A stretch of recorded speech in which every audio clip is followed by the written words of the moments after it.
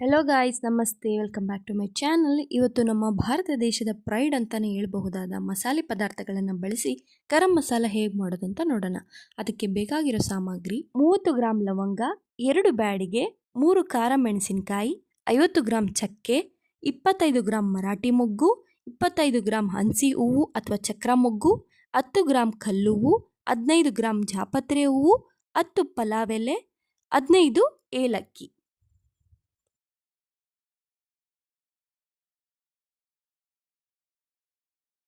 ಕಾಲು ಕಪ್ಪು ಸೋಂಪು ಕಾಳು, 3-4 spoon kasuri methi, 2 spoon ಕಾಳು ಮೆಣಸು. ಈಗ ಒಂದು ಬಾಣಲಿಗೆ ಚಕ್ಕೆ, ಲವಂಗ, ಮರಾಠಿ ಮೊಗ್ಗು, ಅನಾನಸ್ ಹೂವು, ಕಲ್ಲುವು, ಜಾಪತ್ರೆ, ಏಲಕ್ಕಿ, ಕೆಂಪು ಮೆಣಸಿನಕಾಯಿ ಇಷ್ಟನ್ನೆಲ್ಲ ಹಾಕ್ಕೊಂಡು ಸ್ವಲ್ಪ ಫ್ರೈ ಮಾಡ್ಕೊಳ್ಳೋಣ. ಕೈಯಲ್ಲಿ ಮುಟ್ಟೋಷ್ಟು ಬಿಸಿ ಮಾಡಿಕೊಂಡ್ರೆ ಸಾಕು.